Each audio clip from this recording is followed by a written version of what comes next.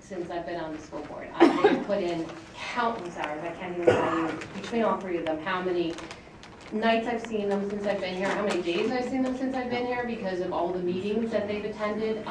You know, we had Mr. Gaiman's been both the board president and vice president since I've been superintendent in the school district, and both Will and John are on the facilities committee. And you know, Will I saw on a bi-weekly basis while we were going through a lot of the conversations about construction. They put in, all of them, countless hours. So I want to thank them personally for all they've done for the students and the staff of the school district. I really appreciate the time that we spent together and all that you've done for this district.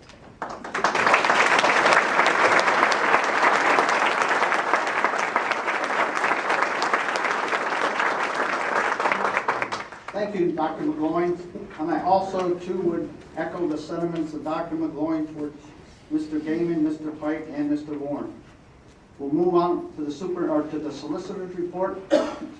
Yes, first it's my understanding that there was no executive sessions since the last school board meeting, except the one that was held immediately after last school board meeting, where it was discussion of litigation and confidential student matters. I do want to call the board's attention to, and the public's attention to, there were several significant amendments to the public school code that were recently signed into law. They deal with the Keystone exams, required school board training that is now mandatory, moratorium on construction applications for any application after July 1st, 2017, economic furloughs of professional staff, prohibitions against lunch shaming, which is basically not providing a meal to a student who doesn't have the money, and also with respect to required opioid education and other things that will be the subject of an upcoming office update. Thank you, Mr. Roos. Now we'll move on to the presentations and discussion.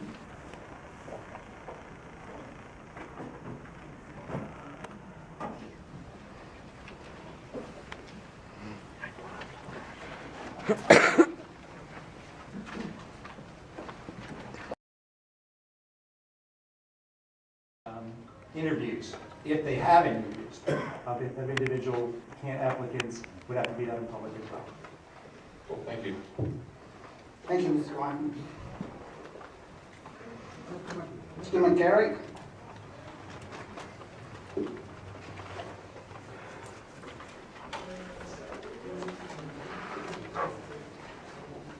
Keith McCarrick, high school. First statement is not directed about anybody's performance or anything. It is about the principle of the item that I'm going to speak about. In reading the minutes from last month with the meeting I was unable to attend, you approved a bonus program, an incentive program for the superintendent, who I have great respect for. However, I do not believe it is appropriate to offer incentives for any position within the district when the district, as a business entity, is a not-for-profit entity, but an entity which is pulling its funding from the taxpayers of the district. I think it's inappropriate to do that, unless, of course, the board believes. Excuse me, Mr. McGarry, I don't believe that this is an agenda item. You have to approve the minutes from last month, so it is on the agenda. Mr. Roos? No, that wouldn't make it qualify as an agenda item. You can make the comment at the second public. Okay, I will say that again at the second part of the meeting then. Again, on the board resignation then, as Mr. Black had just asked, I was going to ask about what that timeline is, but it seems like you already have a plan for a replacement already, which I think, if you do that tonight, is inappropriate and underhanded.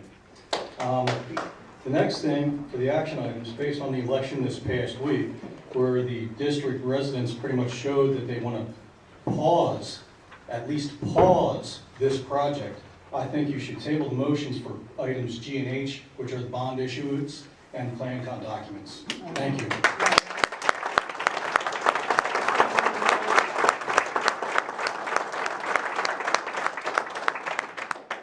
Stephen Cunningham?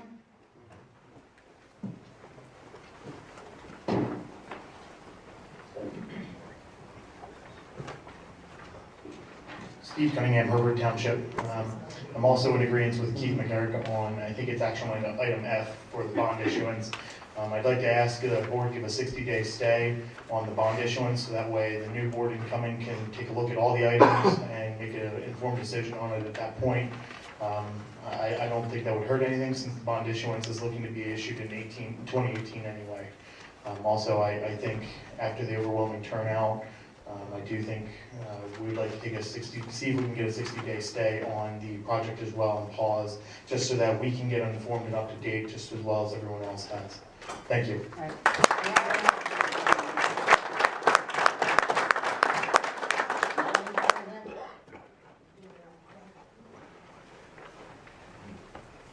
Hi, Melanie Cunningham, Upper Hanover.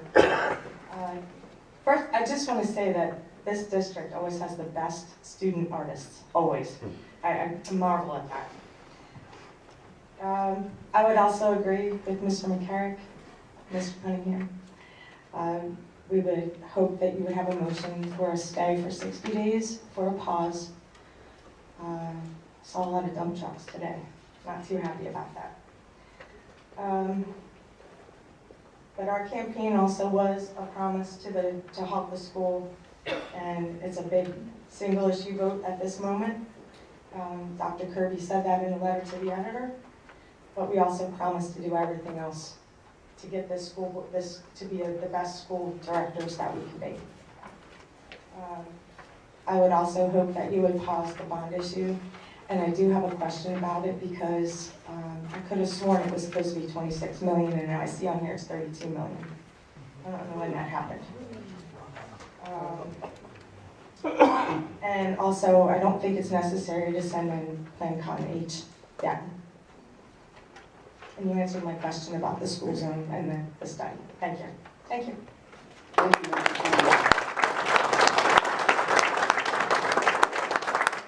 Could you just answer the question on why it says 32 versus 26? Sure, when we get to the motion, Mr.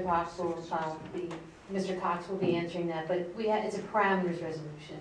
We're not borrowing the 32, we're only borrowing the 26, but they have to set the parameters for that. But he'd be better one to explain that at the time right before the motion.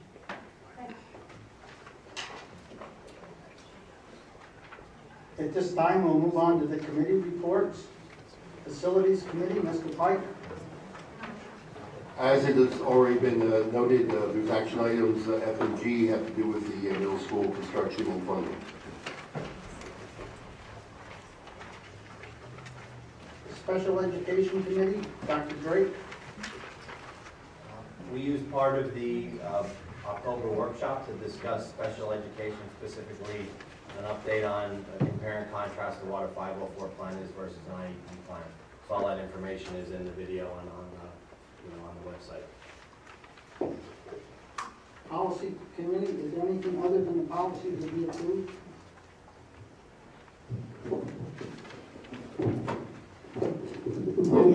Well, excuse me, well, the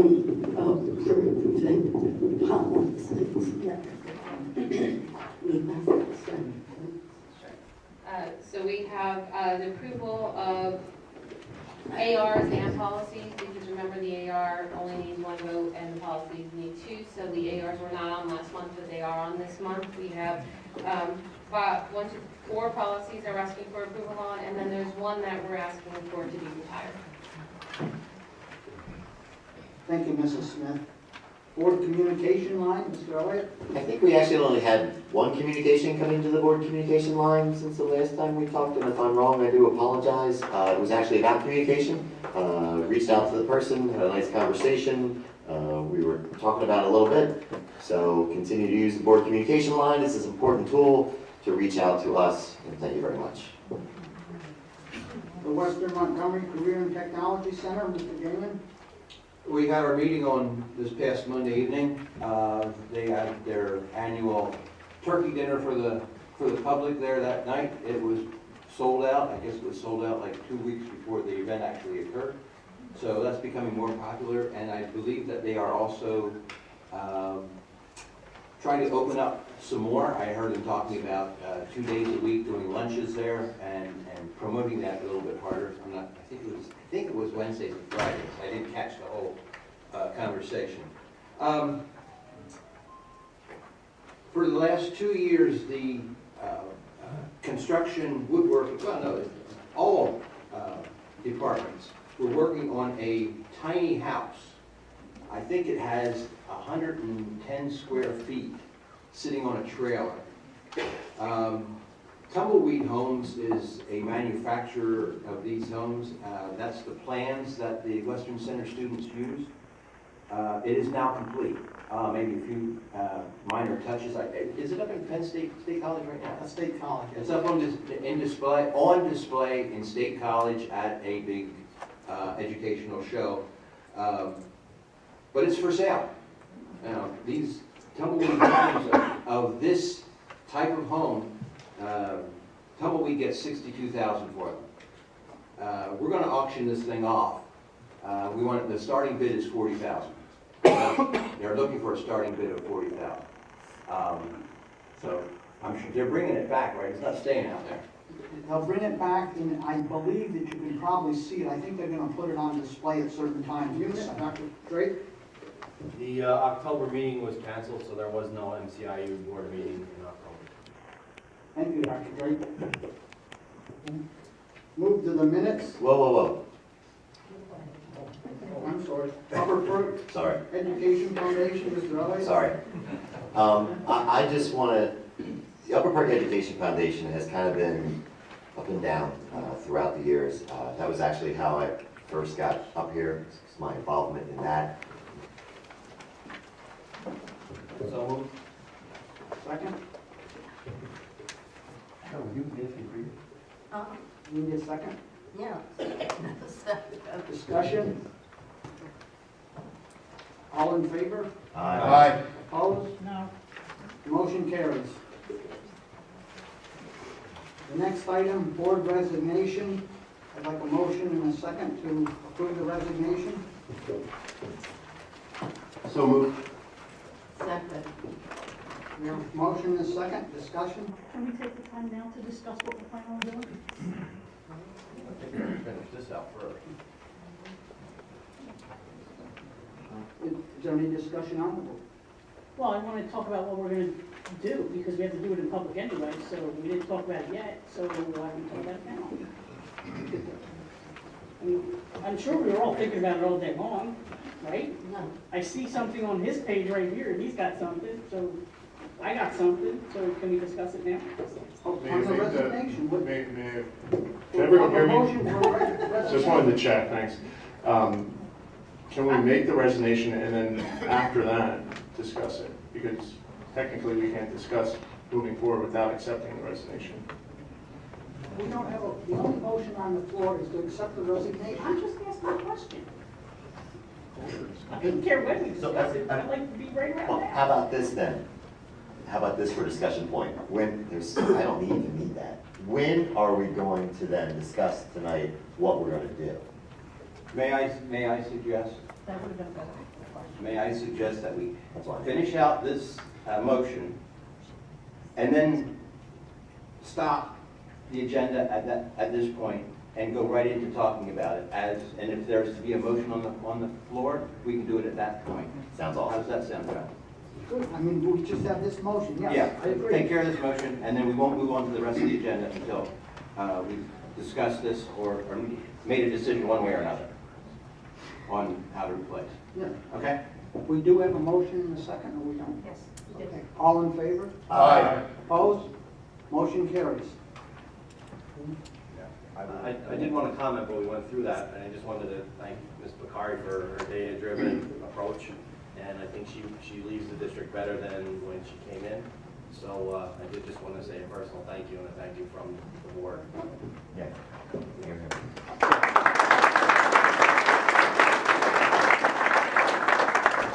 I echo those comments. I think what she brought to the board in addition, I think opening our eyes a little more to the grant work and the availability of funds for the district was very helpful and made the district better. Okay, we'll move on to the personnel report. Do we want to just, okay, we're here. Oh, yeah, John, I really think we probably should discuss this at this point, how we replace. I think Rand had some ideas, I think Mike has some ideas, I know I have ideas. So, Okay, you Ladies first. don't have any ideas? Okay, then I go first. Past practice, we had Mike was appointed after a advertisement and then a 30-day and board interview. And I think not only you, but when Jeff Furrick was also appointed with a 30-day advertisement interview process. And I would like to go back to doing that. And that's basically where I'm coming from. I think that that's the approach we took the last few times, and it worked out well. We got Mike. And he ended up being reelected. Yes. So, being elected the first time after the appointment, so it all worked out. Yeah, so, no. Well, I mean, like I came to meetings and stuff like that, so that helped.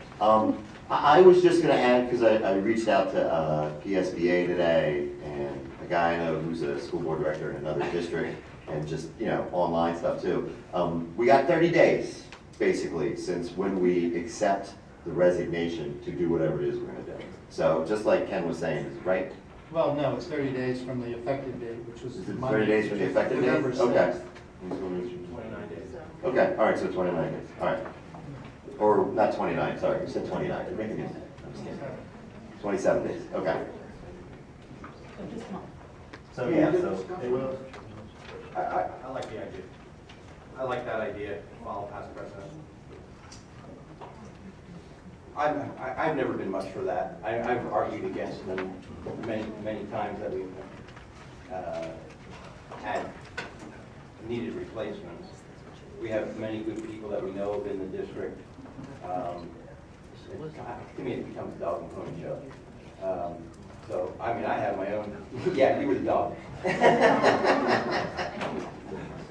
No, there's a time and a place for it. I think in this case, we've had an election, and we've got people that want to be on the board. We already know that. I think you can pick from that. And my personal opinion is the fifth vote getter was very close to the fourth vote recipient, and I wouldn't have a problem with that. I'd like to make a motion. In the audience, we have in attendance the fifth largest vote getter. She's attended 7 years of school board meetings. I think she ran a very, very level-headed campaign. And I would like to nominate Judy McGinnis to fill the vacancy of the school director.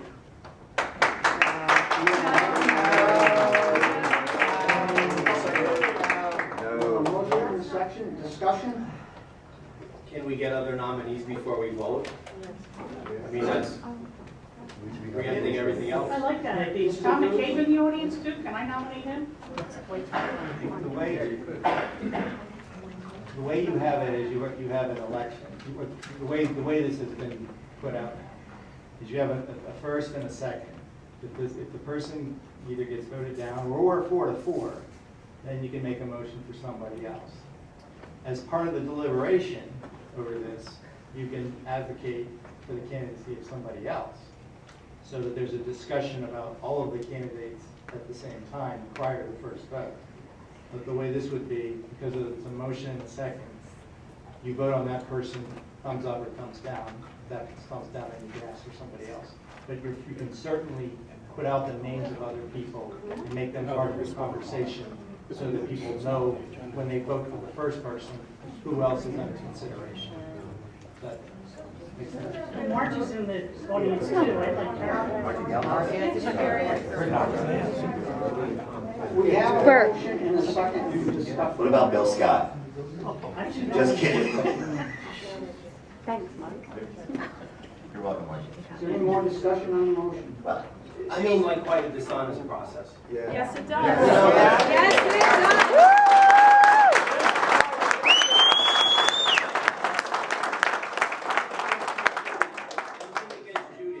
But it would be great if we just were able to talk to all the candidates. She could be part of the discussion, and then we could pick the person, as a group. Can we just table this until we get a slate of candidates? Well, so we gotta have time.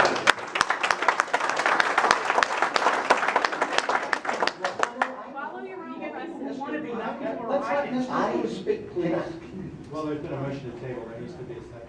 That's right. Second. Okay, there's no motion to table, that's a thumbs up, thumbs down vote. So there's a motion to table, no deliberation, you thumbs up, thumbs down on the motion to table. Just to be clear, the motion to table is a yes would table, a no would not. Is that correct? Yes tables, no does not table, correct. Mrs. Cassidy, you want to take a roll call vote? Really? This is unbelievable. Unreal. Mr. Elliott? Excuse me, go to the next one. No, I know, because, no, I have a question, and I just, I know what I want to do, I don't,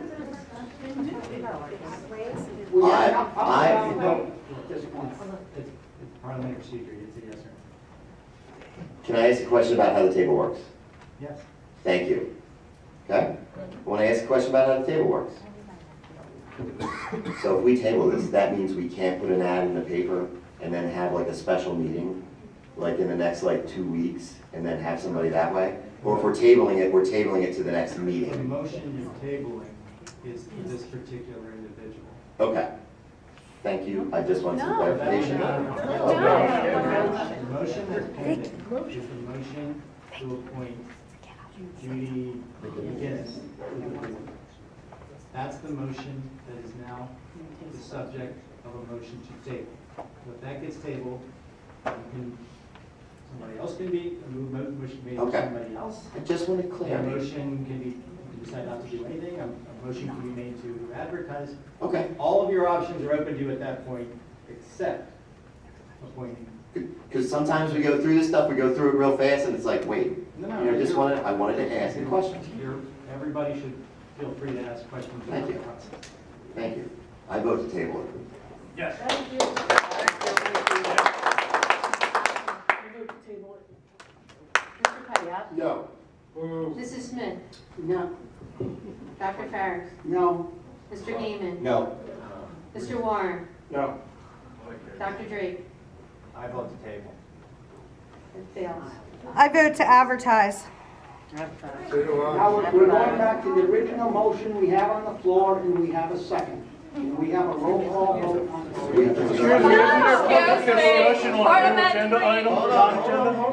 Hold on, parliamentary procedure here. You have to open it to the audience. Vicki, thank you very much. Thank Vicki, you. Thank you. Vicki, thank you. Appreciate the input. I would like to say this, okay? Because I have a question, and then I want to ask something. My first question is if we do put out an ad in the paper, like, how many people do we have to interview? Like, suppose half the audience wants to be on the school board for some crazy reason. I'm asking the solicitor, thank you very much. Nobody wants to know. Seriously. I'm still mad at you for talking to me. There's no requirement that you do any interviews. You can interview nobody, you can interview 100 people. There are no rules about, the only rules about interviewing are that if you do have interviews, they have to be done in public. That's it. Okay. There are no other rules about Okay. interviews or applications or anything else. This election, I know she came in fifth, 2,247 votes. That's quite, just like the, excuse me, I'm not interrupting any of you people at all. That's it. Let me finish.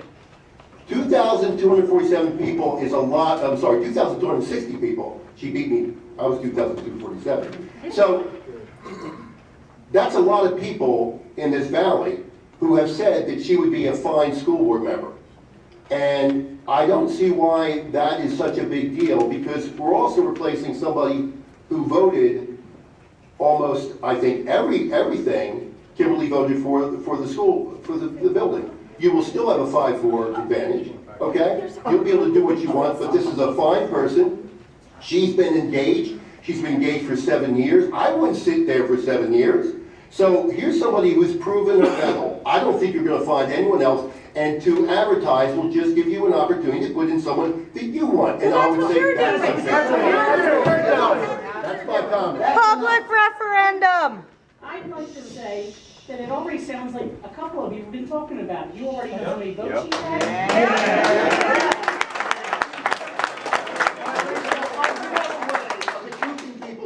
residents all the time. I know how many, For 7 years, you haven't even been on board. because it was part of our talking points in the campaign. It was in our literature. Can we recess into an executive session? We can recess the meeting, but not for an executive session to discuss the process for filling the. 30 days! I personally like Judy McGinnis, and I think if we had another process and she got on that way, it would not leave her coming in with a cloud. So I would consider voting for her for sure. I like her as a person. I've known her for years before. I was on the board before she was on the board. But doing it this way is just a cloudy way of doing it, and it just doesn't feel right. Dr.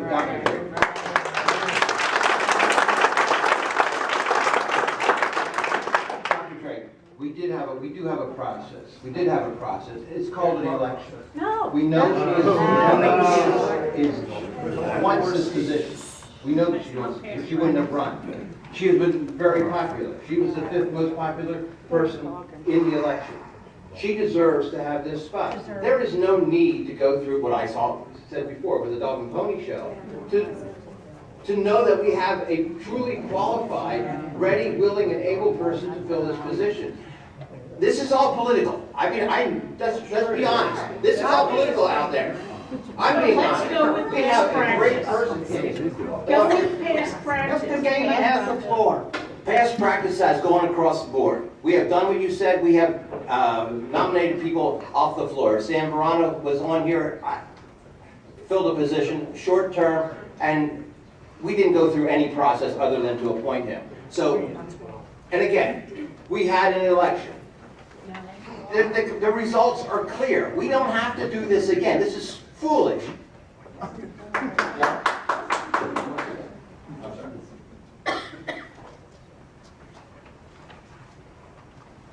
We have 30 days to make this decision.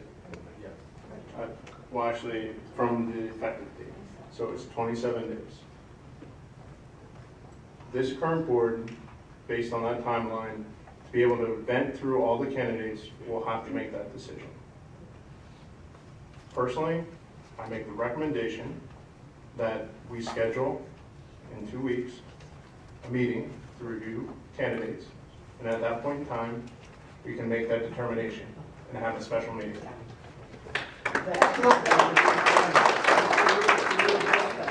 We still have to vote on the current topic. If you're making a motion to amend the prior motion to do what you said, you need a second. I'll Then second. you need to okay. Now you have an amend. Now the next vote will be whether or not to amend the first motion to be the motion that Mr. Warren just made. So that's the discussion in front of the board now. Do you want to amend the first motion to appoint Ms. McGinnis to instead be a motion to schedule a meeting in 2 weeks, I think you said, to have a discussion at that time? What's the date? Well, that would be Thanksgiving, so maybe that date doesn't work. We could do it the week after. I love the idea. We could do it the week after, and it could still do this work. But at least it's a consistent process we've always done in the 4 years that I've been on. Well,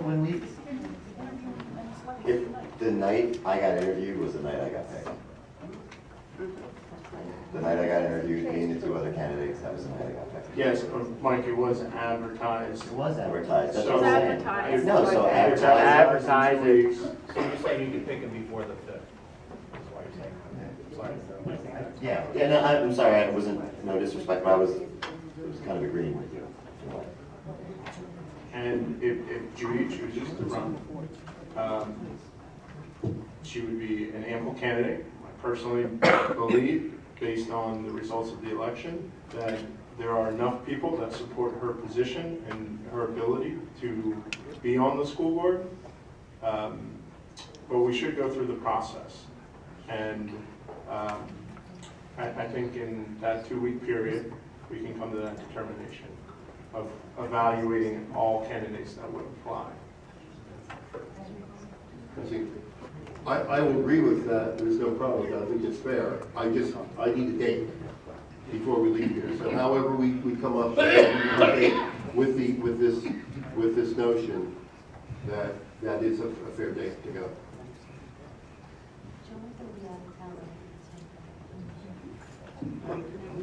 You will be gone from the 18th forward. Mr. Chairman.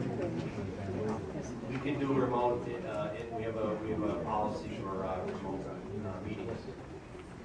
So you can do it over the phone. Yeah, you can listen.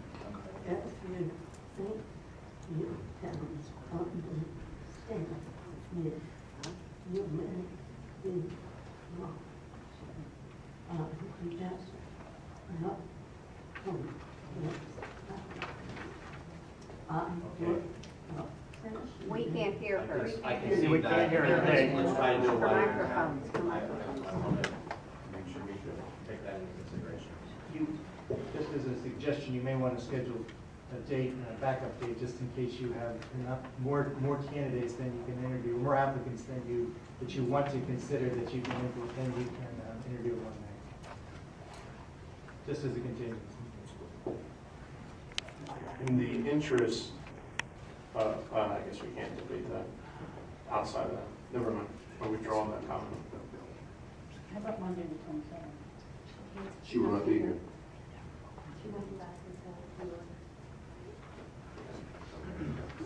30 days. Next week is the only time.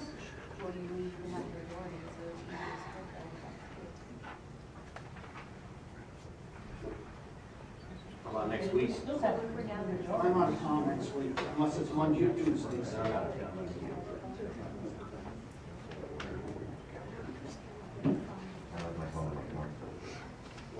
What are your guys' feelings about having a remote call-in?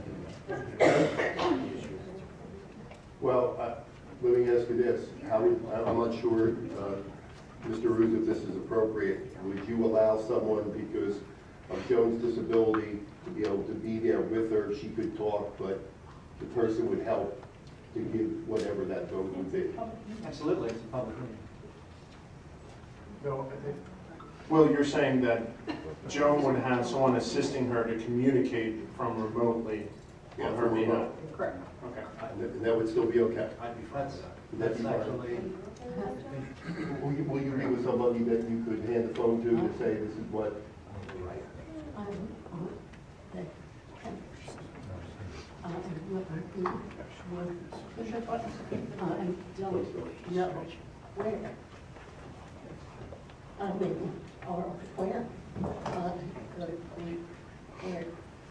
To a phone, to get to a phone.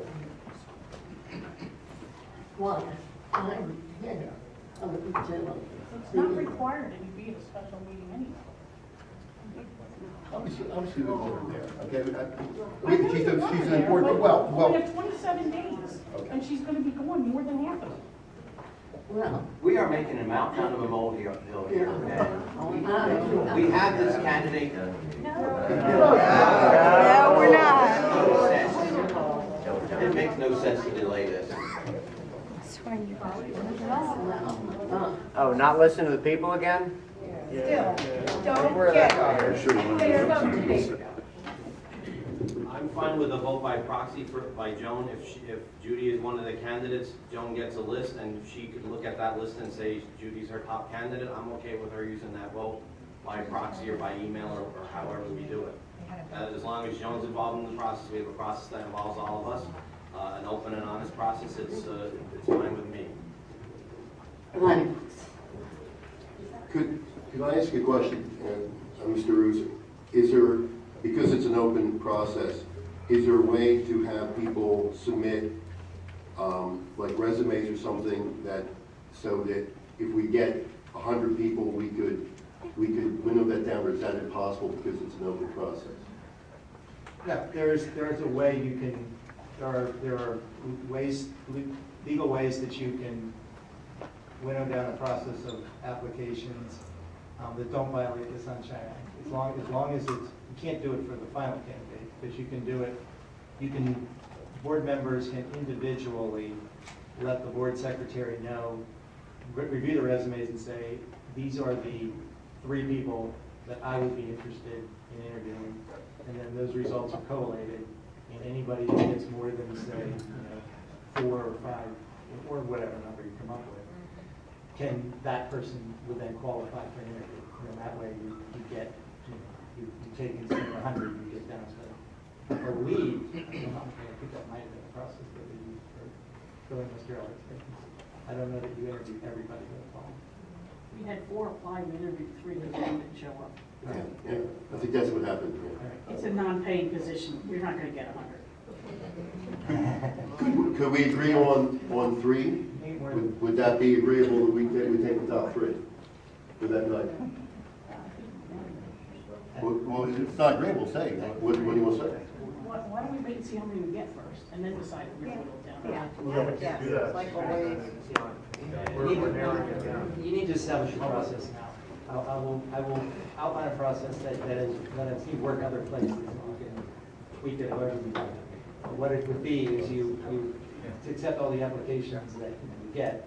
They're circulated to the board. The board then has, board members have 24, 36 hours, whatever, to notify the board secretary, their top 3 choices to be interviewed. And anybody that gets more than 3 or 4 requests, whichever you prefer, to have, to be interviewed, gets interviewed. And that may be, there's those things, it's not gonna be, and you can also say, and we will, you'll cap it at 10, which means if there's more than 10, then it goes back to, instead of being 3 people, the person got 3, it has to be 4. And then that's Can we how say you if there's 5 or less, we'll just interview them all? Sure. Now, Terry, you were okay? Yeah, that's fine. No, but you were okay with Joan being able to look at those 5 resumes without an interview and being able to make a decision? Absolutely. Are you okay with that? Okay. If Mike? you're talking about a vote by proxy, it's not legal. Oh, okay. The vote has to be cast in public at a public meeting. Okay. Now, you can, what would happen, and this is why I'm suggesting a backup date, what would happen if you had a deadlock, because Ms. Smith isn't present, is then you'd have to have a backup date scheduled so that you had enough, so that you'd be able to break whatever deadline you had. How about the backup date's December 4th? The 4th is the first Monday of. Yes. No, the board members. If we can't make a decision, then the new board makes a decision. Oh, I see what you're saying. You could decide, you could agree with that, but the current, the incumbent board members that are not going to be on the board, then their term of office expires at midnight Sunday. So just so everybody knows that. What ends up happening when you have that backup date typically is if everybody knows what the vote of the person whose absence is going to be, usually what would happen is that somebody in the minority at that point would simply say, rather than having a separate meeting, I'll change my vote to whatever her vote is going to be. That's what generally happens, so you don't have that second meeting, but you need to have the second meeting in place. We can compare Joan all the phone conversations if she sees the candidates and says who she likes. We could just set the time that we have our final vote and call Joan up and she could speak on the phone and say yea or nay. Correct. As long as it's not, you're on a cruise and you can't have any phone contact Joan. Right. And if you have a backup date, and like I said, you have a backup date and you know what the contingency, somebody may simply say, I'm not gonna, they could simply say, look, I don't, knowing what Ms. Smith's going to be when she comes here. Or if I could change the focus for a second, so who could make the 17th? What's the date? The 17th? That's a Friday. Oh, I'm sorry, the 16th. Well, but you could phone in. We gotta get it back to actually. We have to be That's a able, week. we have to put out an advertisement, so it has to be like probably the 20th, 21st. Why couldn't we advertise in the Mercury?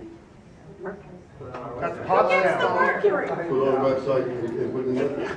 Well, we will put it in the holidays account. Reality is we're not going to get it in. No, not that, put it in Mercury. Put it in our website. By way, I will guarantee you there'll be people out there. We will, but the point is that you want to get the resumes in, and then we want to get them out to everybody. So I think we should look at the 20th, just from a timing perspective, having to do interviewing. You want to get the resumes in and out to everybody. So I think we should look at the 20th and 21st, just to give us some latitude. We could put it on the website tomorrow, we could, I'll copy the microphone, sorry. We could put it on the website tomorrow, I could put it into the Mercury tomorrow, so it is out there. I'll put it on our Facebook and our Twitter account, so it's out there as well. As much as I can publicize it, I will. But I think we should go for the 20th and the 21st, because if we do that, we ask all the resumes to be in by like the 15th, and then we turn them around to all of you by the 17th. Or I could turn them around to you by the 15th then, to get them out and get to know who we're gonna bring in by the 17th. Does that make sense? From a timing perspective, we can't turn it around before the 20th or the 21st. I just don't feel comfortable with that. So could we look at Monday or Tuesday that week instead? Could we do the 20th, please? Sure, if everybody else is fine with that. It will be in the evening, right? Yeah, Monday the 20th? yes. I'll probably be on an airplane. Will you really? What about Tuesday? Tuesday works better. Tuesday doesn't work for me. What about Wednesday? The 22nd? No? No, just Tuesday night we got practice. I mean, unless we want to do it Wednesday night. We have the statute here for appointing the members. We have heard different ways that members have been appointed. We are not violating committee law. No one has mentioned it. I sat out in the audience when I was first elected to the board. They asked me if I wanted a board position. I was at a meeting and I said yes, and they voted me in that meeting. How many years I have ago? to go with the sentiments of John Gaiman. We're just dragging this out. How many years? Didn't come in fifth in the voting. Do it right or don't do it. 2,000 votes is more than most people got when they were in other school board elections. I please ask you to withdraw the motion. Look, as much as I enjoy our meetings, I just, having thought about this, since, we found out about it and going back and I've gone back and forth on this idea. I mean, and I just, thinking about it a lot today, let's just do the meeting, let's take some candidates, and let's just do it that way. Let's just do it that way. Can you possibly do Tuesday, Wednesday, Sunday? I mean. Yeah, I could, you know what, I can't do Wednesday, but I could do Tuesday. I could just have somebody else. Tuesday? Everybody else do Tuesday? What time Tuesday? Why, we can start at 6:30 or 7. Up to you. I'd rather, the later the better. What about 7? All right. Okay? Yeah. 7? Tuesday the 21st at 7. Yeah, 7 o'clock. Thank you. Okay, so the motion on the floor, I believe, is, and I'm going to refine it to try to encapsulate everything I think I thought I heard. So what I'm hearing is you've got a motion to hold a meeting on November 21st, 7 p.m. to interview applicants for the vacant school board position, and to then vote on the filling of the vacancy for the unexpired term of Kimberly Vicari, that the process by which you're going to select applicants to be interviewed is that you're going to solicit applications by means of district website and any other means that you can accomplish reasonably between as soon as possible. That when you do your advertisement, you will tell everybody who applies to submit, whatever information and why they feel they're qualified. And they will also tell those people that the interview night is going to be the 21st, so that if they plan to apply, they need to understand that the interview will be on the 21st without any commitment that you're going to interview everybody. That once the board applications are collected, It will be collected by the board secretary, and they will be disseminated by the board secretary and superintendent to the full school board, so that people can have between 24 and 36 hours to respond as to how many people they want to see, who they want to see interviewed, that all board members agree that they're not going to ask for more than 3 of the applicants to be interviewed, that any person who is selected by 4 or more board members to be interviewed will be interviewed, unless that causes the number of people to be interviewed to exceed 10, in which case it'll only be those people that, that 4 board members want to see interviewed as opposed to 3. Okay. Did I get that? Is everybody okay with that? And if we get 5, we just get all 5, we'll interview 5 or less, instead of. Correct, and if you, yes, which is inevitable, that you'll get 4 people when we interview. But yes, the answer is, if you get only 5 applicants, all 5. 5 or less. 5 or less, all candidates are interviewed. Sounds good. And the administration will use as whatever application material or form that was used when Mr. Elliott, the vacancy that Mr. Elliott filled, or as close as reasonably possible, updated, but that'll be, so that nobody questions what the administration is putting out by way of an ad or anything. It'll be something identical or very close to whatever was done for the position that Mr. Elliott filled. Do we still have that?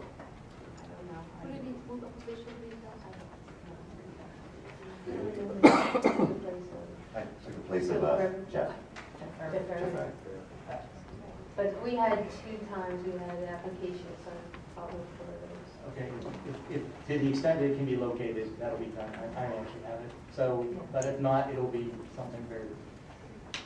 Point of order. Everything you just said, which was very eloquent, is actually an amendment to an existing motion on the floor. I know, so you're going to need somebody to make that motion, to amend the original motion to whatever I just said. Second, vote yes on that, vote yes on the motion, and we're all set.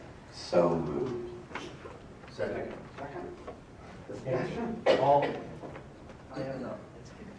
Okay, all in favor of the motion to amend, you need to yes. All in favor of amendment? Does the public get to talk? The public has the point of order. The public, there's no requirement, you give public comment, because you announced at the beginning of the meeting, this was going to be on the agenda. You're It's not on the agenda. Dr. Ferris announced at the beginning that there would be a process to replace the board member on the agenda. But the motion is not on the agenda. The exact motion doesn't have to be on the agenda. That's been fulfilled. We have a motion to accept the amendment. Yes. All in favor? Aye. Now the motion is up for a vote. So moved. Second. Discussion? All in favor? Aye. Opposed? No.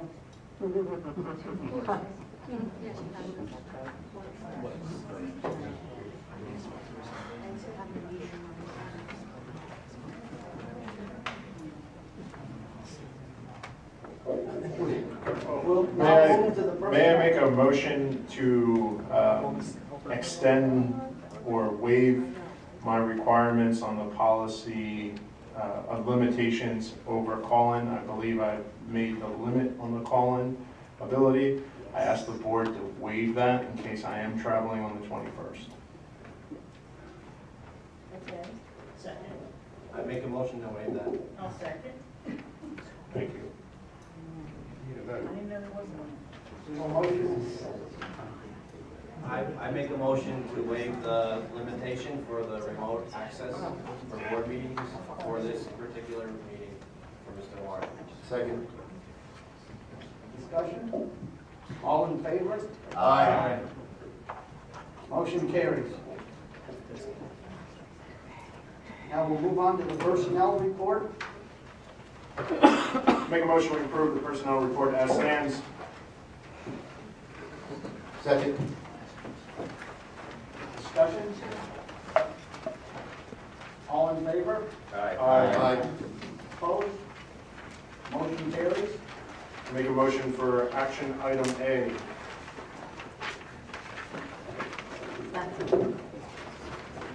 discussion? Do all supervisors have their appropriate, do they have their appropriate certificates and clearances? Thank you. Cross my heart. Any other discussion? All in favor? Aye. Opposed? Motion carries.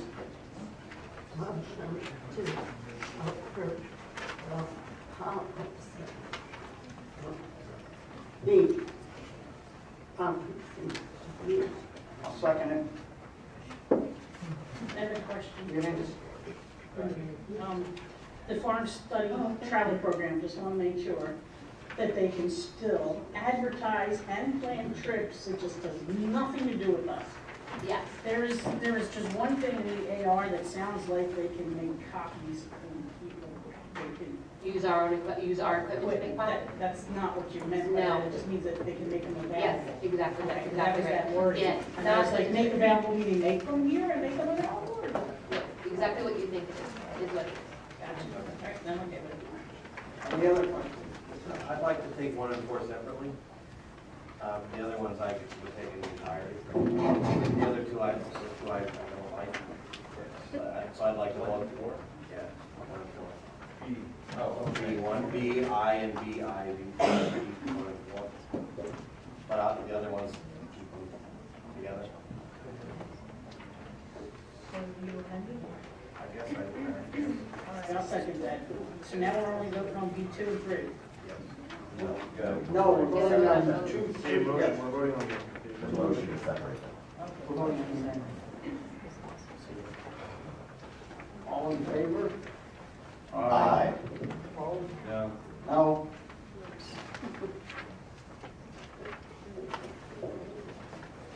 Okay, I'll make the motion. Motion passes. I'll make the motion to approve B1, or I'm sorry, 2 and 3. Second. Discussion on 2 and 3. All in favor? Aye. Opposed? Motion carries. We'll move to item 1 and 4. One is taken separately. Yes. Oh, now no, we're separate. voting. Well, you take them all. Can we have a motion? Can I have a motion to approve action item B1 and B4? You're making that motion? I'm making that motion. I'm seconding it. Bingo. Discussion. I will just make a very brief discussion. I think foreign study is a great thing, and I don't like the fact that we're not going to do it anymore, so that's why I vote no. And I'm also not a big fan of employment agencies for the substitute and short term, so that's why I would vote against that. So I'll just vote against them. So you know. Any other discussions? I want to thank Ashley for adding the one part that I wanted in 505 to add clarity to that. And then just to confirm, I just want to make sure, so they can do foreign study travel programs, it's just not endorsed by UPSD, so we're not taking on any sort of liability risk. But if they want to do trips to like France or Canada or wherever, Japan, Australia, down under, right? They can still do that, right? Yeah, and I know 2 of that are gonna happen. Okay. Cool. I just worry about finances for that. Endorsement or support. We actually don't finance any of the trips whatsoever, not even for students. We don't finance it, period. Like, it is totally either fundraiser, or it's paid for by the family, but the district does not at all pay for any of those trips as a practice in general. Thanks for letting me know, but I still think you That's should. okay. Just clarify. Any other discussion?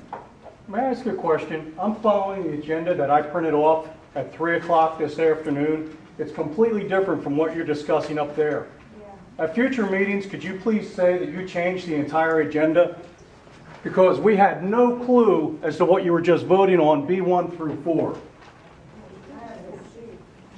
We're over that. Now you know why people think it's disingenuous. That didn't actually change. That has been the same. No. See for what? It's not I'm looking at it on the website right now. Let me have my agenda, please.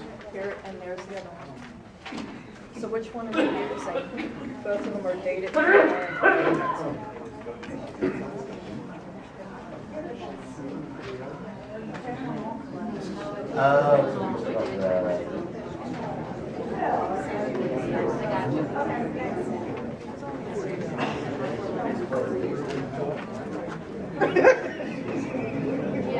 there was, we thought we were going to be appointing, we were hoping, better yet, that we might appoint a Mills principal. So I put a motion on there for that, and we're not going to, so I knew that's what it is, when I was trying to figure it out.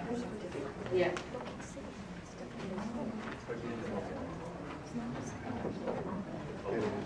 Okay, we have a motion and a second. No more discussion. All in favor? Aye. Aye. Opposed? Motion carries. Make a motion, we approve action item C. Second. Discussion?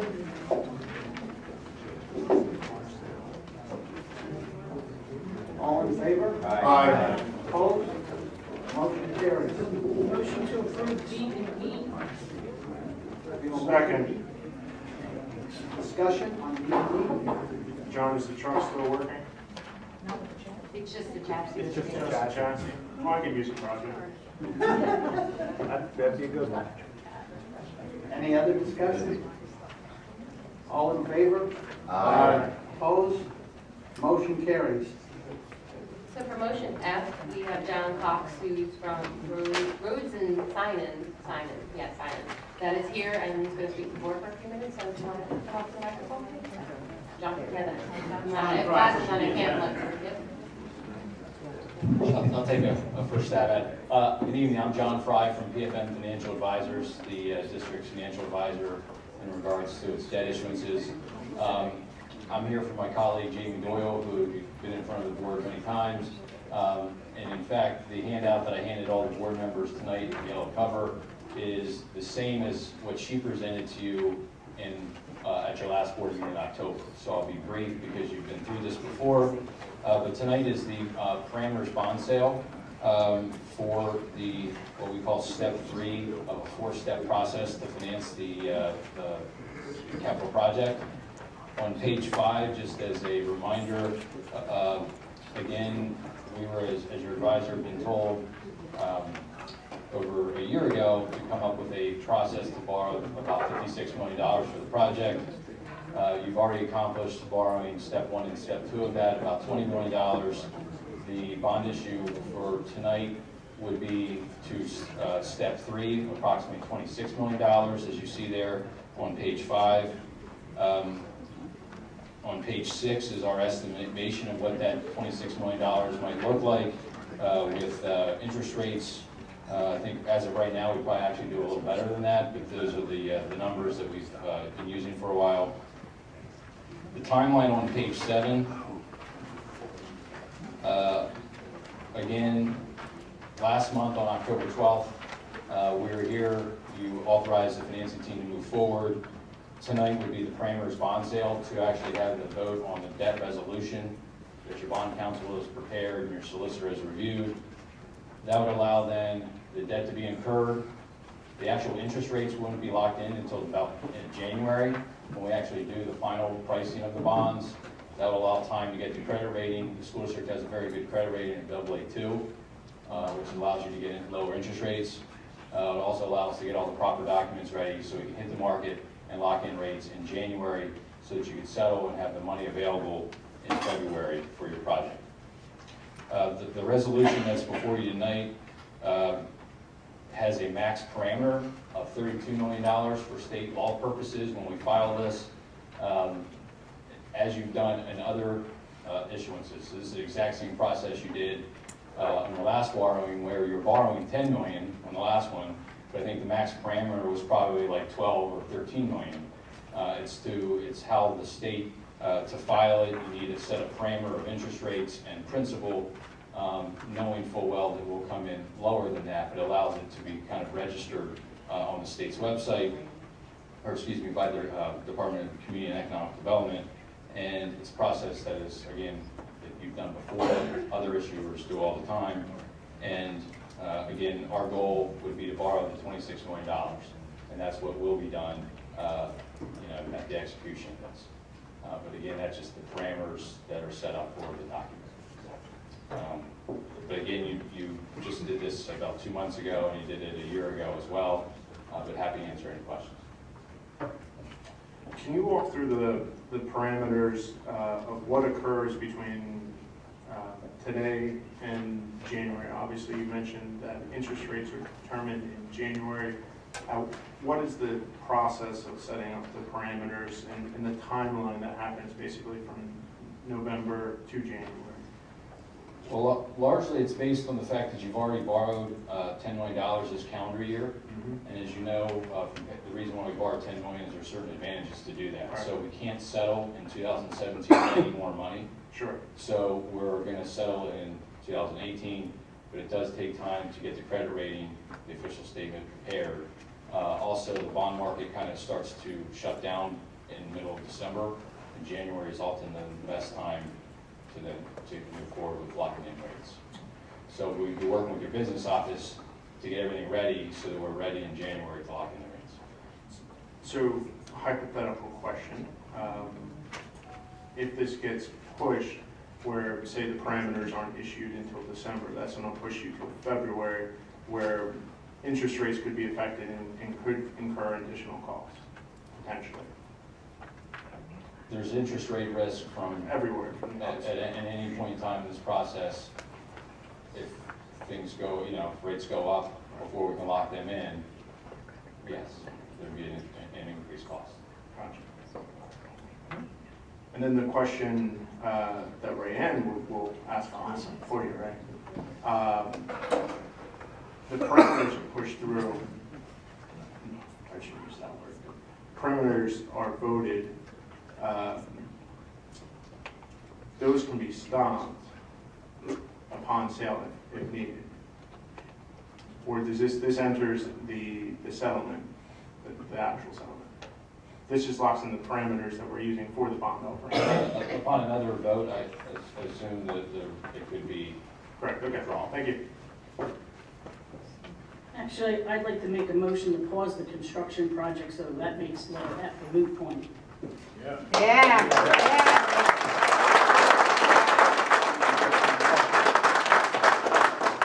Second.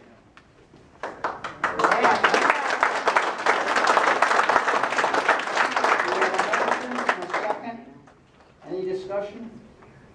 Really spoken. I got something to say. Tuesday, we voted in favor of a no new middle school slate of candidates, and it's clear to me that the wishes of the community are at least to pause the project and research other options. Their voices were heard.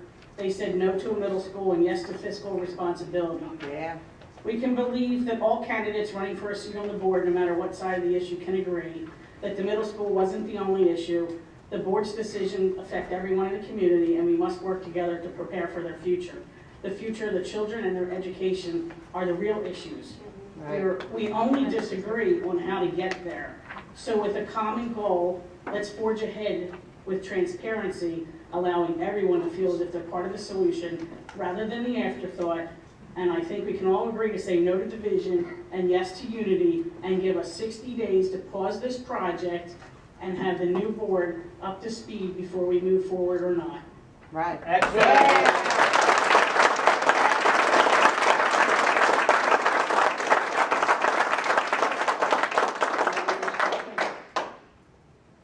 We have a motion and a second to pause. So I want to say something. And if you would do me the humor of please allowing me to finish before I present. I still believe the middle school is a great idea. I do. Now let me finish. I believe the middle school is a good idea. However, I understand the reality of the situation and some of the things that have gone on in our community and some of the division that's happened. And if you've been keeping score at home, you know I'm not a big fan of division. Do not like it when we all disagree and fight. It's okay to not agree on a certain thing, but I don't like all the division. I don't. So with that in mind, and hoping, as I do, that the new candidates, some of whom I'm really good friends with, have the best interest of this district in mind, I would hope that when they get a chance to get up here and really dig in, they're going to see, that's actually kind of a good idea. It makes some sense.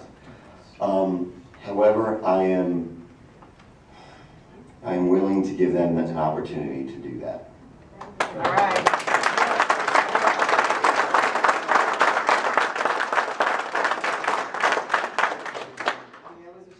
Any further delay in this will create additional cost. It is not fiscally responsible. Really We talked about the division. The division in this community was created by misinformation for the sole purpose of putting forth a personal agenda. This community would not have been divided, would not have had this uproar had accurate information been disseminated. From the start. It was not, it was put out inaccurately, and I'm not going to use some words that are even more stronger. More stronger, yeah. Stronger. But, please the applause, please.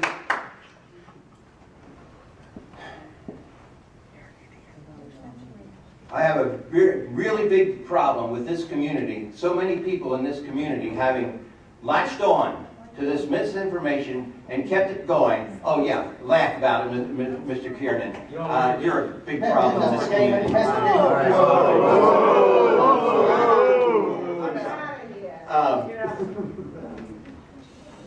Delaying this will bring its own litigation, will cost more money, and is not fiscally responsible. Delaying it anymore wastes money. Every day we go, they are racing up and down the street today with dump trucks full of stone. Every 5 minutes there's a new truck coming in. We're wasting money because you're rushing to get it done before the new board gets in place. We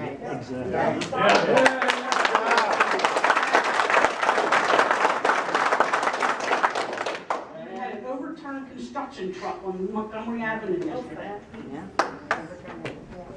Any other discussion? We have a motion and a second. I have some comments on this. So, we'll get there, but attachment H is the financial reports. So the financial reports, which state currently we've spent to date, this is just on a cash basis, $3.8 million, and then there's additional money tied up in escrow that will have to be used based on the agreement that's been written. That does not include the significant amount of funds that have been spent between the date of receiving, Sandy, when's the last date of the invoices that we got for this? They're up to the end of October, so we have a number of invoices that came in November, and we have not paid the first payment to all the contractors yet, so they should be coming in now for all the work they've done so far. So basically, the number that's stated here is relatively pre-construction costs. Correct. And we've been in construction for a month. So there's probably some additional couple million or 5 million or so that's coming in the pipeline in the next month. Do we have any idea on what the potential or what is the, if we put on a pause on the project, have we evaluated what that cost is? We've started to have some discussions about it, just to say what it would be, but I don't know. It would cost more money, obviously, because if you were to stop the project and then add to the project, it puts more time on the project, no matter what. You can't get the construction done when it's supposed to be done. So therefore, and we have contracts that say they work until a certain point, which is when it gets done. If it's our fault in the district, because of us, the construction takes longer, we have to pay all the fees and all the extra. So potentially what could be happening is that even if we would pause the construction, we still have to pay all those employees until a termination point is decided. And then we would have to go down that termination route? And we'll wait, Let me, there are, if I understand the motion to be, go tell the contractors, stop what you're doing right now. Don't order any more supply. Don't order any more steel, whatever have you. If I understand that to be the motion, then what you'd have is and then you restart it, whatever, however many days later, you would have claims for delay damages by all 4 primes, responsibility for damages associated with the delay of the project. You'd have, and you can't quantify those right now. You don't know what that's going to be because you don't know how long the delay is going to be. You don't know if work is going to be permanent. So the district would be responsible for any costs incurred, work performed to date, costs of terminating contracts. If there were things like steel or HVAC equipment or anything like that that have been ordered, can't be canceled because it's already been ordered or whatever. If they can't be canceled without a fee, the district's responsible for the cost for the cancellation fee. There's agreements that you have with the township and the conservation district regarding development of the property. There is agreements that you have with the project manager, which can be, that contract can be terminated for convenience upon 60 days notice, but you need to have a separate contract with them to negotiate settlement of terms. But anyway, that's a 60-day notice. The architect's contract is a 30-day notice. There is a $20,000 penalty for termination of the architect's contract. There are, as far as the bond issue is concerned, Executive session? Can we recess and go into executive session? that's your... 9 o'clock. There's a, oh, this is agenda Okay, item. we're gonna call an executive session. Good.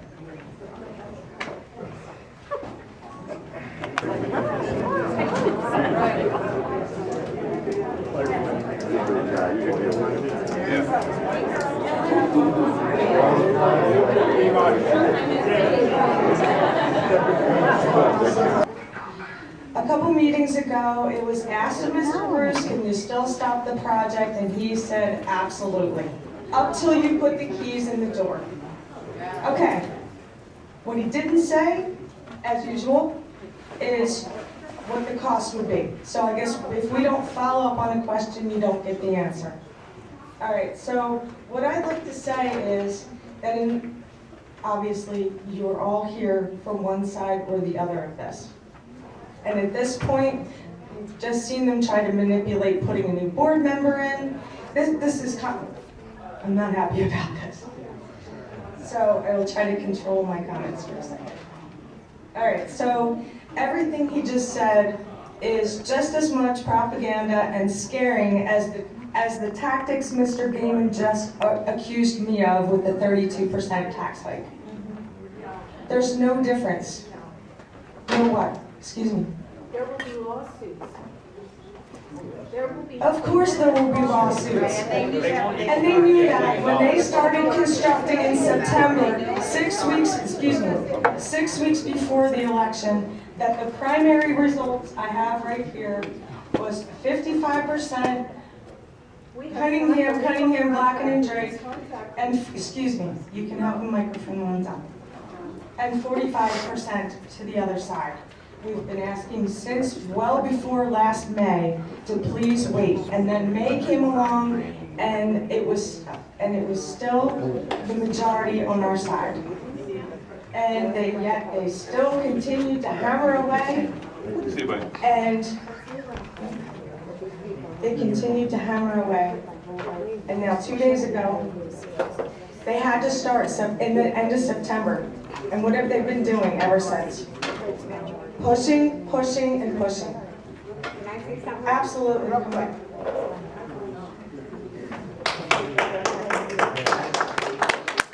I know a lot of you don't sit here and look at these bond things. Here's what it's basically. It's a $32 million bond for 25 years. In the year 2043, that $32 million, we will have paid back $58 million. $26 million interest. Okay? I wanted you to be aware this 32 million, when it's paid off, is 58 million.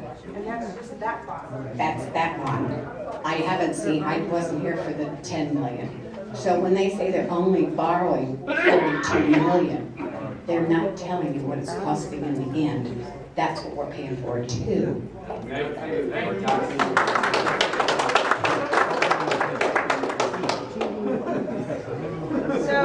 So what I'd like to finish with, and I won't bother you.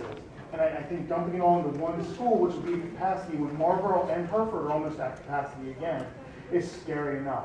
But we're gonna take the fourth and fifth graders and move them to the middle school. My plan isn't to do that very Okay, second. but I That's have why we're reached asking for out 60 days. on the website that was maintained by the supporters of you. Is that upschoolcandidates.com? I can't recall. Okay, But that's I've our asked website. it several times, can you tell me what you know about curriculum and instruction? Because I want to make an informed decision before voting day. I never heard anything back besides send me a private email. I don't want to send a private email. I don't want a private email. I want it to be public because if I'm asking the question on Facebook. She never sent an email. I don't think so. Well, Yeah. I did. I haven't received, can you tell me? No, it what wasn't it an is? email. It was on Facebook. Can you tell me, we don't have a We don't Facebook manage. page. No, I said the other one that was. We don't have a Facebook That- page. No, it They're wasn't UP yours. school candidates. But I would think that maybe since they were in support of you, they would get it to you. No. So, okay. Well, no, But that the wasn't the intent. website, if you emailed the website, you would get to them. Anyway, still waiting to hear what you know about acceleration and curriculum. And You haven't contacted the correct people. I mean, there's a learning curve No, on but all sides. if That's your why we primary went goal through is to educate She the couldn't children, get it. I want to know what you know about She won't education. say it. That's all. I think matter, new we all school is need to gonna take a help. look at, if you go on the Pennsylvania Department of Education website, there's a tremendous amount of information about the rankings of schools, high schools, middle schools, and school districts. And if you take a look at the 10 school districts that are around us, counting us as 11, we're at the bottom, almost second from the bottom. Our high school is ranked 181st. There are high schools here that U.S. News and World Report ranks as in the top of the country. They're not in our school district. We need to do education. Brick and mortar does not do education. We need to improve the science rooms. Yes, I agree. We need to educate. Okay, the bricks and mortar don't. Please go on those websites and take a look at where we stand. It's pathetic where we stand. It should be continuous improvement, and we're not continuous improvement. We were a blue ribbon school district when my kids went to school. Now our high school is 181. Okay, our dropout rate, we had 84, our dropout rate is the highest in the 10 districts around us, our dropout rate. Our continued edge for going to college, we have 8 classes. The best in the district has 26 classes to get our kids ready to go to college. That's education. Those kids are going to go to college with 8 college courses that we offer right now. Are they going to be ready for college? Are they going to make it through the freshman semester? I don't think so. And you look at, we have 4 schools in our district. There's schools here, districts that have 10 schools, and they're way better than us. Our superintendent gets paid $181,000. She's the second highest paid of the 11 school districts. It's a lot of money. Let's talk about education. Let's put the $58 million that we were going to spend on middle school and put it into education. Let's hire 22 more teachers. Huh? Let's get more teachers. Let's improve the science room. Let's build 4 more classrooms onto the middle school and make them 1.5 times the size they are now and make those the science rooms. Let's educate. Let's educate. Good point.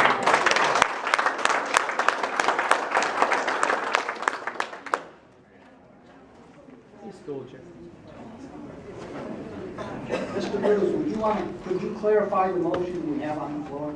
Well, I want to make sure I'm clear on what the motion is. So as I understand it, the motion is to suspend the construction of the new middle school, which would mean telling the 4 prime contractors that they should halt, at least on a temporary basis, any additional work.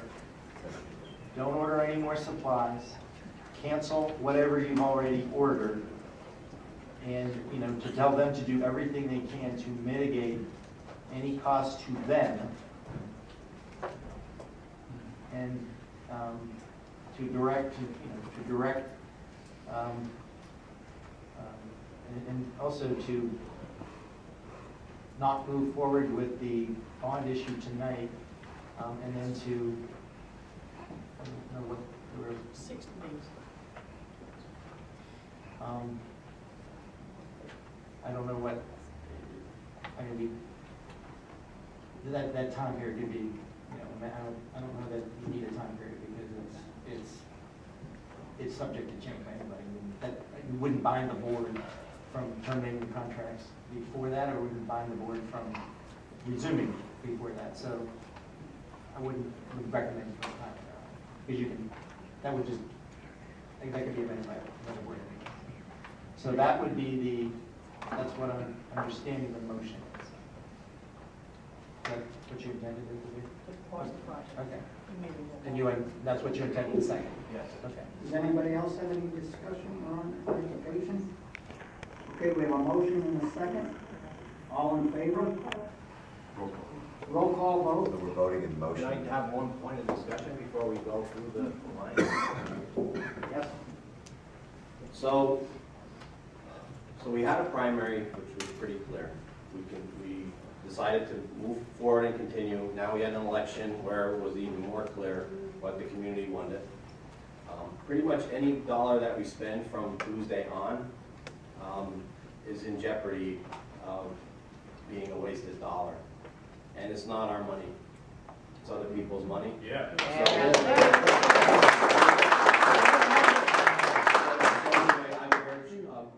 If you're pro or con for this, to at least consider pausing it. Any other discussion? One more quick thing. So you keep talking, people keep talking about that this is like a mandate. The difference between having a majority here of the people for the middle school was about 400 or 500 votes. Okay, 2,200 people voted for, roughly around 2,200 people voted for the three candidates who lost. So you're kind of saying that this is just swept in. I remember the 95% of the community doesn't want it. Okay, the electorate, of which we had a great turnout. So you beat us, but you didn't beat us by that much that you can say that you're the community and the other people who are constituents that supported us should not be talked about here. So it's okay if people, and I'm reminded this all the time, of voting your conscience and voting for the people you believe in. I believe my colleague has done that a lot. Well, I'm just telling you that the same thing should be thought on the other side. Because I'm seeing faces, and I'm seeing people that care, that have come out, and I've seen in the last year. I think it's wrong of the people to say, yeah, the community. You are a part of the community. You may be the majority right now, but I don't know if you pause this or if you stop it, if you won't have a crowd as big as this from those 2,200. It's a pretty big number. So I'm just going to caution people to think that it doesn't mean that you are in control of the valley. It means that this issue, you beat us on this issue. I don't think that all the facts are in. I think when you're sitting up here, you're going to see it differently, I hope. But what I'm saying is, if you would, please understand that it doesn't come lightly with these decisions to make this. I'm not trying to stick it to anyone. I'm voting for my constituents, and I'm voting for what I believe to be what I started in this process, and I would be untrue to myself and to the people who believed in me if I did not support them. So that being said, you can disagree with me, and I understand that, and I support your ability to disagree. But what I don't agree with is this idea that you think this is some underhanded type of trick. When I first put out Judy, okay, perhaps I was wrong in that because I heard you, so we changed that process. But remember, this does not come lightly up here. Still from us. Thank you very much. Any other discussion? I just want to point out that there were 11,688 votes for no new middle school and 7,834 votes for yes to the middle school. No, that's not true. No, that is true. Yes, it is. Yeah, it is. The numbers. Right from Montgomery County.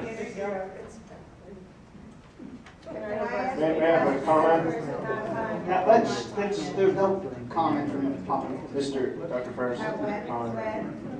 Mr. Warren?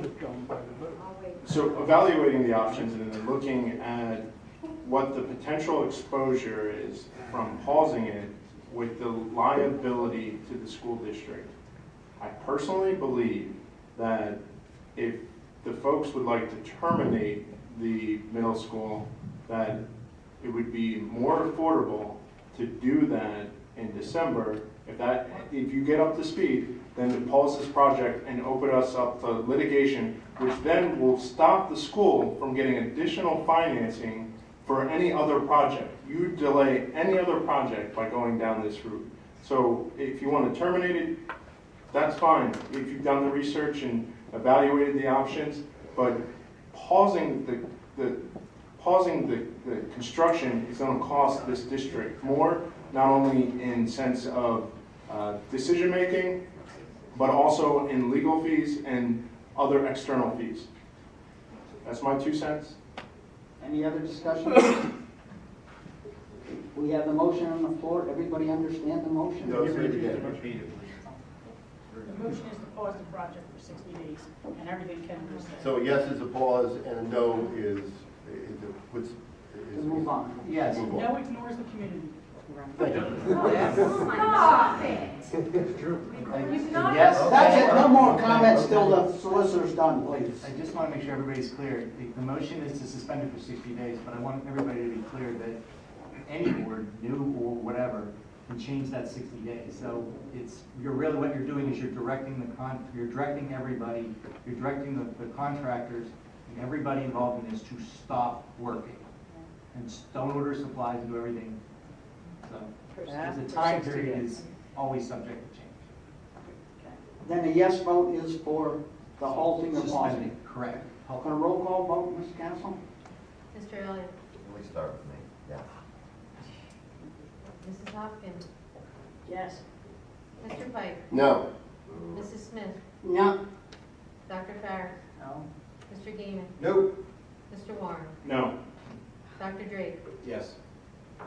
Motion fails. No, Mr. Elliott. I did, I'm sorry, motion failed. Motion passes. Fails. I'm sorry, the motion fails.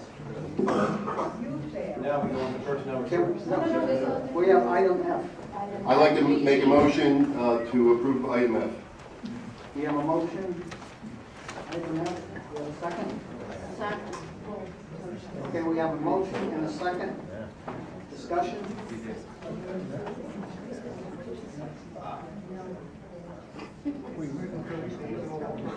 All in favor?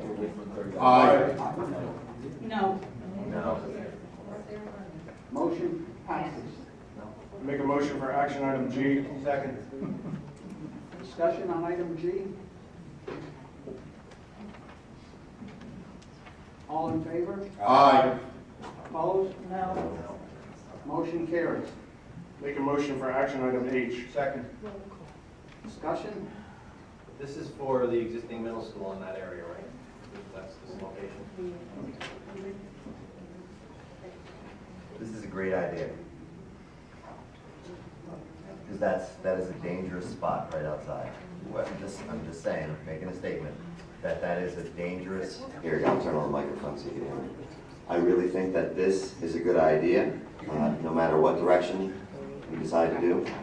With anything else, the idea of conducting a traffic study right in front of the current middle school, that has been a dangerous spot. I actually, I don't know what to say that, but I think this is a great idea. This one's a no-brainer. This one's a no-brainer. Can we have a second? Yes, we have a motion. Any discussion? All in favor? Aye. Motion carries. I will gladly turn this over to Mr. Warren for the financial report. Thank you, Dr. Ferris. Attachment H is the business reports. Section A represents the financial reports, which are the general accounts, the investment accounts, the roll forward of the payroll, the cafeteria, and activity reports. It also includes a summary of the construction expenses. As discussed, those expenses are based on a cash basis, so when you get an invoice, that's when those expenditures are being recorded. It does not represent any expenditures that have not been received or invoiced. Does the board have any questions on the financial reports? Hearing none, I will move to section B, the bills, the general expenses, which represent pages 20 through 26 out of our general account. May I point your attention to page 26. I make a motion that we pay the bills in the amount of $822,638. Do I hear a second? Second. Any questions on these expenditures? I have questions. Ms. Hopkins? Page 20, 21, and 22 all have something to replace ESS LLC. Check number 3964, that's 4007, and 4032. What is That's that? Source for Teachers, they just changed their name. Okay. Are these reports automated coming right from the system, or is this the Excel version? Well, the ones you can tell a different print are right from the system. These are drawn down, it's put in Excel.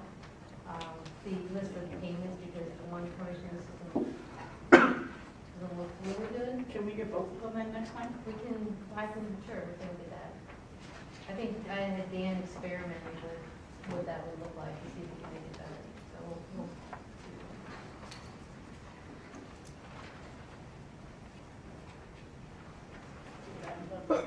Any further questions?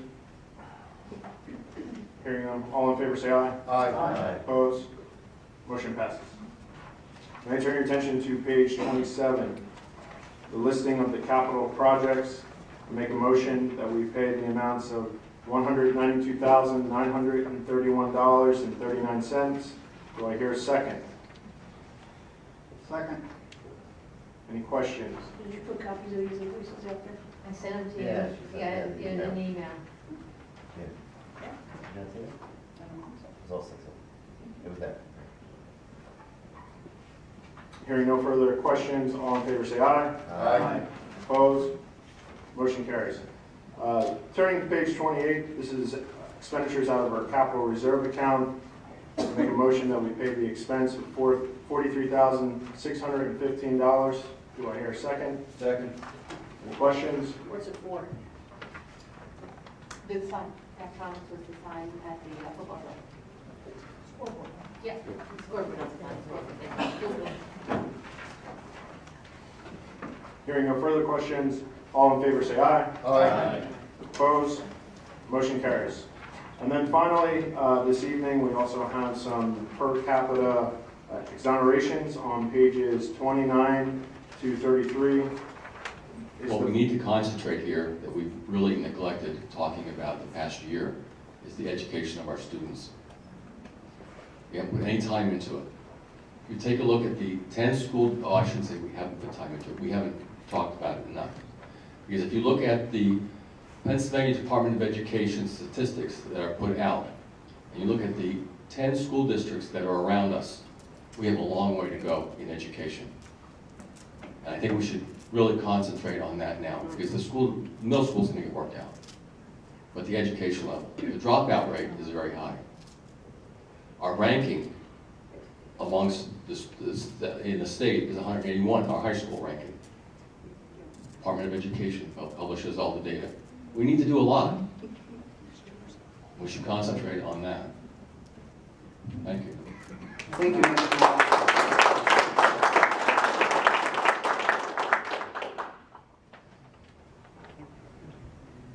Hi, I'm Maggie Buckwalter from Upper Hanover Township. And first of all, I want to say thank you to all the existing board members and the ones who are willing to run, whether I voted for you or not. And second of all, I agree that education is the most important thing to think about.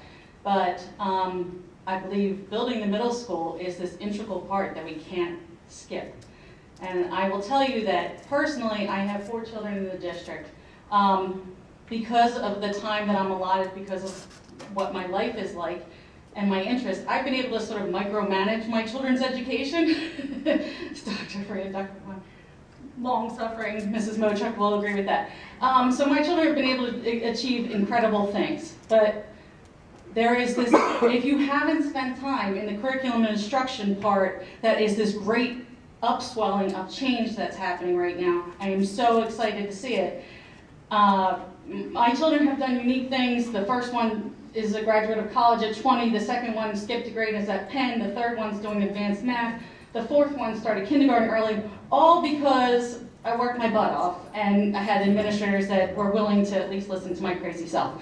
But these folks and myself would like to see that for all the kids. And part of that is the middle school. We need advanced instructional facilities. And you can say that you can build a new lab in the middle school, but the space isn't there. And by the time you add on and change and build ductwork and hoods and Bunsen burners and everything else, it's like when you're trying to rehab an old house. It's an act of love, but it's a money pit. And we also need the flexibility of having the kids at the middle school level close to the high school so they can just cross the campus if they're doing above level work. That will make it so much easier for all the kids to have the opportunities that should be afforded to all of them, regardless of, you know, whether their mom is a crazy person or not. So thank you very much, and thank you for your hard work. Thank you, Ms. Hoffman.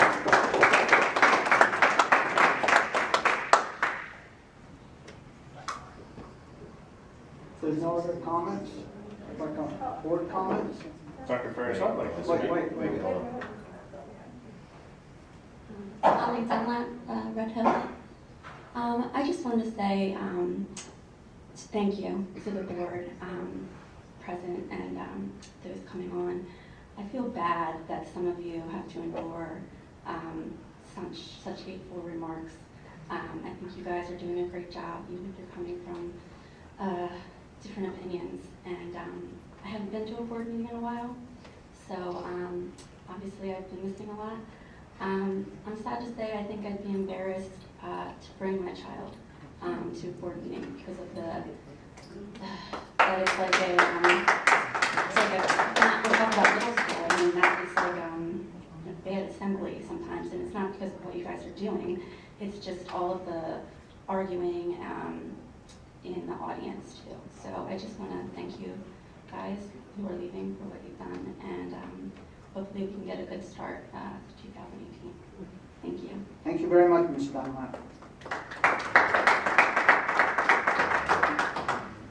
How you doing today? Joseph Van Wagner, over at Hanover. First, I would like to say I'm so proud to be part of a community that has voted against this school. Why? Because this right here. My wallet matters to me, and I'm sure it matters to everybody else in this community. And the fact that you all voted here, you know, to take more money out of my wallet, it's just not right. The community has spoken, right? They have spoken and said, we don't want more money taken from our wallets, yet 3 people who are leaving next month still decide to take from the community. It is not your decision to make, it is ours. It is our money, don't try to take it away from us. That is just wrong. You should be ashamed of yourself.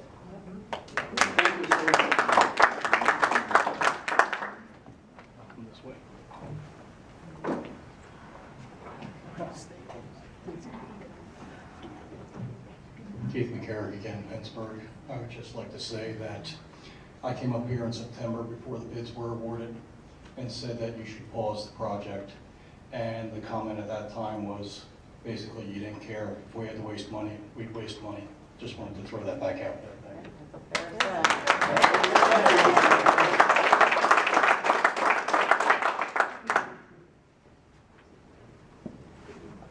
Board comments? That's fine. So, I'm usually a freelancer. Can everyone hear me? Okay, thank you. I usually freelance when I talk, so I don't usually write comments, but I figured I'd write this one down. Probably, obviously, it's my last board comment, so.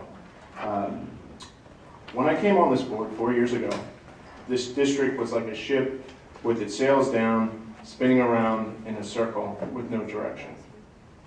There was little movement on all fronts, from curriculum to oversight to special education.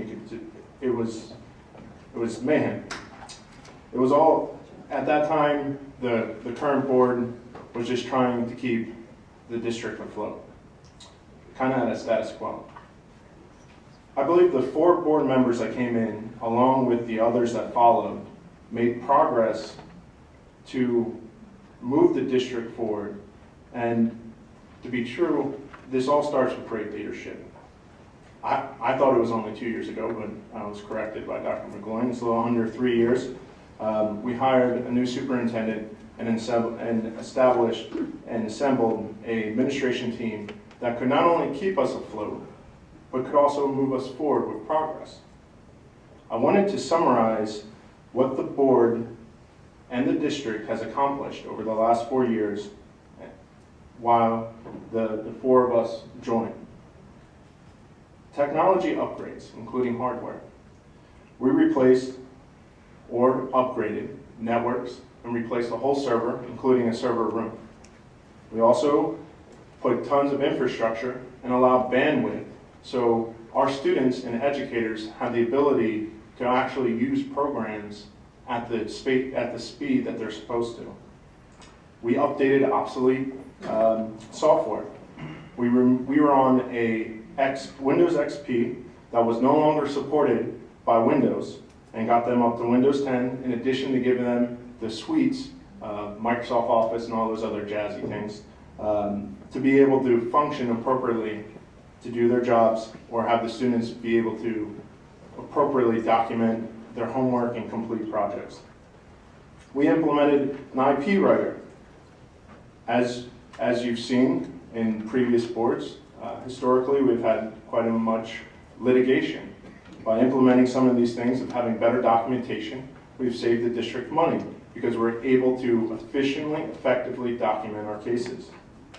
We also deployed a one-to-one program at the high school in the middle school, while also employing a 1-to-3 at the elementary school, whether that's a tablet or a Chromebook. And then, on top of that, we realized that the infrastructure that our administration and teachers use, including our students, was failing as well and not up to date. We implemented Skyward, which gives the parents, which gave the district the ability to do appropriate scheduling without doing it by paper. We also implemented that so parents can see and communicate with teachers more timely and effectively. And then we also replaced the business system that was running on DOS from the 80s. Not only did we focus on technology items, we also focused on curriculum and instruction. We added all new math at every level. We added balanced literacy to our elementary schools. And we deployed reading inventions, including Wilson Reading, which is quite critical in helping those children that are having some struggles. One area when I came on the board, and being a numbers dummy, similar to, not that you're a numbers dummy, but a data person, Dr. Drake, is we had no student data. There was little data or statistics about characteristics of our students, on how they're performing on scores, and as you guys know, from being a data-driven person, it's hard to make better educated decisions without that data.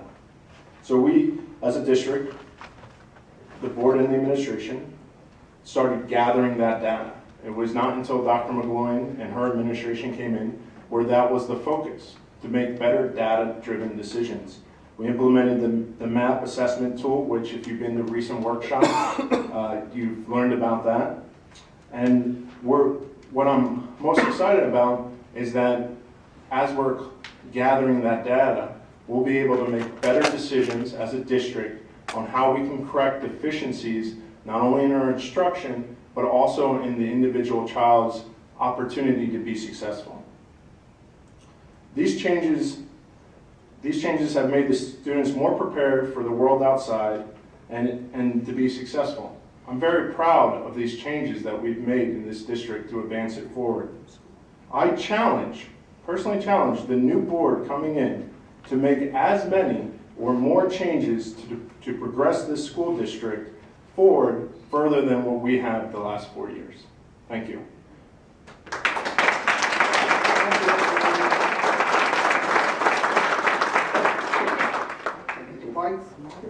I was actually going to read a very long list of stuff, but we've discussed a lot of that today, so I'm going to make it short. First, I would be remiss, and I really mean this, I want to say congratulations to Melanie, to Stephen, to James and to Kerry, okay? It's never good to lose, and it surely was difficult, but I really do wish you well in the execution of your office, and I hope you hope the best, and I hope a couple things.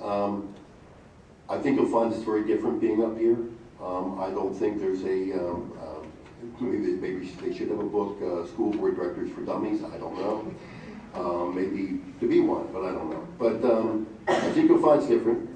It's challenging, and you'll see things, I think, from a slightly different perspective. I hope you find, and my last thing about the middle school, I promise. I hope you find that it is worthwhile to continue. I think it's really necessary. I believe in it. I believe it passionately, and I believe in it from 35 years as a junior high and middle school teacher. And I'll tell you, it's a different animal than most educational situations. And you may not believe that, but that's my expertise. Don't forget the 2,037 the people voted for me, okay? It's a big chunk of the valley, and they're your valley too. And those people see it, most of those people, so I can't say all of them, but most of those people, because we canvassed, we talked to, we stopped, and they see it differently than most of the people here tonight. Don't think that this valley, if you know, it's not Brigadoon, okay? Only by people my age know what that means. But it's basically, we're no longer the valley that had names, okay? We are changing, and if you don't like the change, then I'm afraid for you, because that's the nature of people and societies and cultures, and things are changing, and I think they'll be for the better. I really do. But we have to grow with that, and I've been here since '78, so, you know, I mean, I remember saying everything's 45 minutes away. There's a price you pay both ways for that. Next, gratitude time. And this will be the end. So, finally, a moment of gratitude. And I'll read this because I want to make sure I get it right. Thanks to everyone who voted in the election, obviously. And that I mean everyone. And we have, voting is truly one of the great gifts of our democracy. And I'm a passionate believer in that also. I'm kind of just a passionate guy. Anyway, thanks to all the teachers, the custodians, the staff. This has been an incredible experience in my life. I never thought after teaching, I took a hiatus for about 4 or 5 years in retirement, and I can do a lot of stuff, so it's not like I can't keep myself busy, but I just thought, where can I do something that I've been involved with all my life, my passion, and that's education. And I want to thank people for allowing me to do that. Being on the board has been a labor of love, and I'll miss it, but I'll go on and do other stuff. I would just like to say a couple things about how far we've come. I have never, ever been, in my 35 years been in a district, with leaders like we are poised right now in the last 2 years. Okay? It is incredible. If you don't believe that, then please ask to go into the classrooms. We're not perfect. We still have a long way to go to be a great school, a great school district. We are starting to become a very good school district. We're data-driven. We're looking at stuff. One of the areas, I'll tell you what, was in shambles, was something that I always worry about because I was involved in this. It was safety. It was counseling. It was looking at people's suicide ideation, kids with us and problems, and we were way behind in that stuff. When I came on board, I just shook my head and said, "You got to be kidding me. Please help to still support that because we will lose kids if we don't." We're behind, I believe, in drug and alcohol education, and we're trying to catch up, okay? And you know all the stuff, the opioid stuff, and with Project Live, and I'm a board member of that, and it's very passionate there too. Please help support us in that capacity. You guys are incredible, the district. I would like to wish everyone good luck, keep doing what you're doing best, all the custodian staff, administration. Specifically Dr. McGloin, who I think has been the best thing we found in 2 years. In 10 years. She's the best thing in 2 years because she's been here. Anyway. But she is the hardest working superintendent I've ever seen. She is the most knowledgeable superintendent I've ever seen. Okay, you may not like everything that's done in the district, but I'm telling you that you're not gonna outwork this lady, and she's worth every penny. And people say like, oh, people get way too much money. CEOs of $52 million, what's our, what? 59 million? CEOs of a corporation this big get paid money because they work hard. She doesn't go home. Anybody did go to the trunk or treat? You see what she was dressed as? Okay, so superintendent at a trunk or treat, which was a great idea, and I believe it was kind of directed from you, okay, to the other people, to the PTFS, which did a great job of pulling it through. I'm telling you that you're going to make a mistake if you don't support this lady, because the scores will go through the roof. They're already going up, okay, graduation's going up, all the stuff that Mr. Walsh mentioned, there's a lifetime. So when you're saying like it's reported now in education, you got to look at when it's going to actually bloom, and it's going to bloom in the next 2, 3, 4 years. I won't be here to get credit for being the board member on there. I don't care. Melanie, you can take the credit. Help her support the rest of this and follow through. Lastly, thanks to my fellow board members. This is a really, really tough job, but I'll tell you what, I loved every minute of it. Sometimes we even argue, just occasionally. You do a thankless job, and it's an integral job, and I will miss you. Thank you, and that's my farewell to the troops.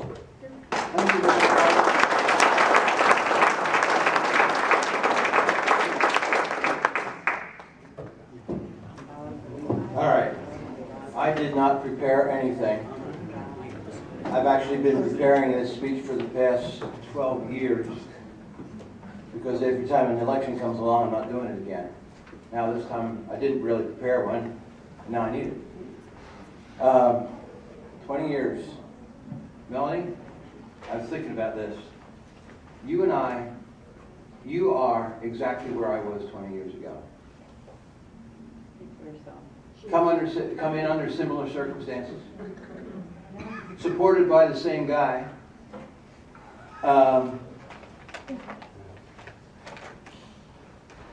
There's ups and downs. I've been through some good boards, been through some bad boards. I won't say it was all fun though, Will. The bad boards were not fun. But Melanie, I'm going to say, I'm turning this position over to you gratefully. I'm going to be doing something tomorrow that I haven't done in a long time. I'm going to go away. And I just wanted you to know that as I look and see the similarities between you and myself, it's going to be 2037, I guess, when you get off the board. I wish you all the best. It's been a great experience. I've learned a lot. I'm sitting here speaking and I haven't mumbled one bit, I think, which 10 years ago I would have been stumbling over my words like crazy. Sitting in that seat for 2 years prior to Dr. Ferris has made a huge difference in the way I look at myself, in my own confidence. So I know you guys are all talking about board stuff, but being on this position for 20 years was personally rewarding. And I thank everyone for giving me the opportunity. I thank all the staff, present and former, for being able to work with you. Dr. McGloin, I'm going to second Will's comments. You are the best thing that has happened to this district in at least the 20 years that I've been here. And there is no question about that, not one bit. And I thank you for taking the job. And I know it's tough. You are the person to do it. So, thank you.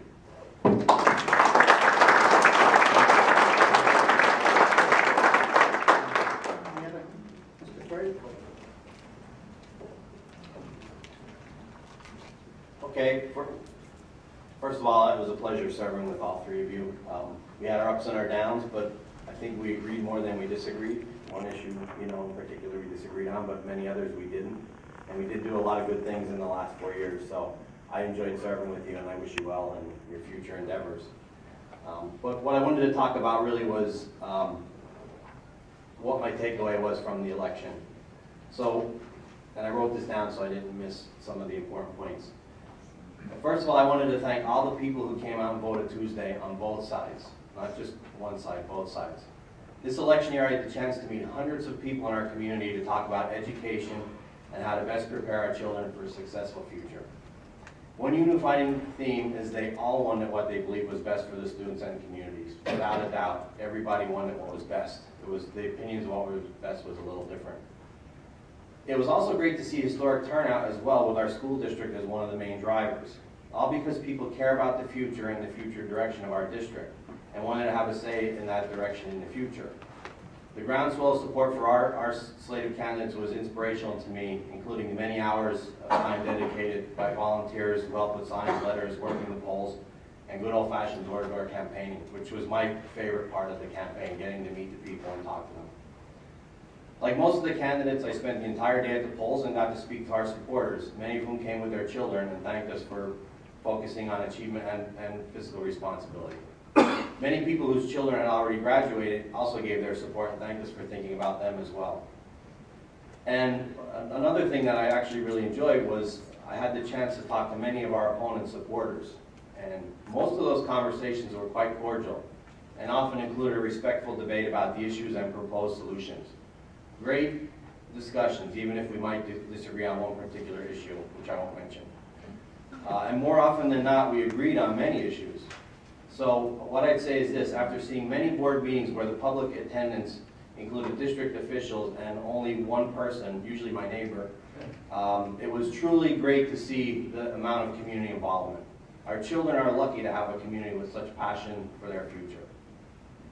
As I mentioned many times, we have motivated students and great teachers.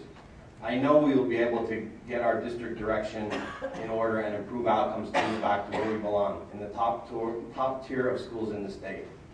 We will do this through our own hard work and dedication, and we're going to leave the other districts in the dust. I also hope that the deep interest the community showed in this election translates into increased public involvement into debates on the issues. Government should truly be a team sport, and we hope to be a very inclusive team with input from all stakeholders on all sides. Often the best solutions come from a discussion with those you might disagree with. So I look forward to those debates, as I know it will result in the best ideas winning, and in the end, our children will win as well. So thanks again to all those who showed up and voted on both sides. I pledge we won't let you down.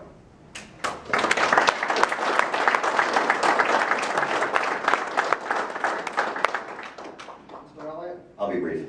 I remember getting on the board, and I was only here for a couple months, and someone said to me, "Be careful, you're going to open up Pandora's box," when we were talking about all the issues. And I think all of us have worked hard to address these issues, because at the end of the day, we've all wanted what's best for this community. And, you know, I wish you could see us sometimes in the executive sessions when we're in the back and we're joking and we're getting along and having some really, doing things we need to do. Of course, within regards to the Sunshine Law, I'm respecting that. I want to thank Will and John Warren and John Gaiman. I remember when I first got on this board, John, you let me come out to your golf course and you spent like 2.5 hours just talking about stuff. And it was awesome because you're like, well, there's this and there's that, and it was really cool. Johnny Warren, you're good with your numbers, you like to talk, I like it, you're funny. And Will Pike, dude, you have such a big heart, man. You really do. And I want to thank you for that. And thank you all three for being my friend. I also want to welcome the new board members, Melanie, Steve, my buddy James. We've made some real good progress the last couple years, right? And it's up to those of us that are here now to continue that work. And I know that we can.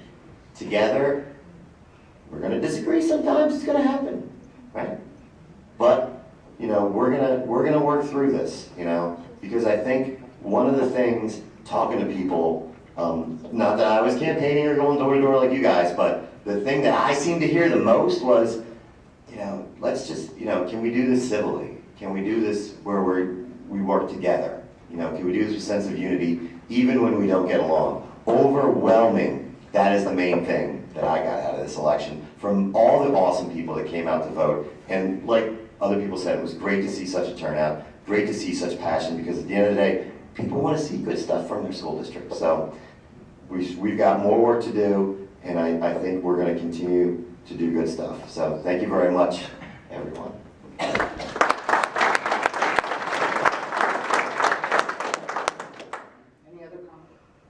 I'd like to congratulate Melanie, Stephen, and Mr. Glavine on their victory. That I'm looking forward to working to you. I think that we can do things smoothly. Lastly, I want to thank John and Will for serving with me this year. It's been a very difficult year for me. I don't think I would have been able to do what I did this year. Maybe some of you don't think it was that good, but with them, I was able to do it. They were a very good help. I'm going to miss them all, and I'm still going to seek advice from them as long as I'm on the board. I do have to say, I'm going to give Will and Mike a description as short. All right, thank you. Make a motion for adjourn. Do you have a second? Second. All in favor? Aye. Opposed? Just 2 minutes back, right? I know, I say yes to something. Yeah.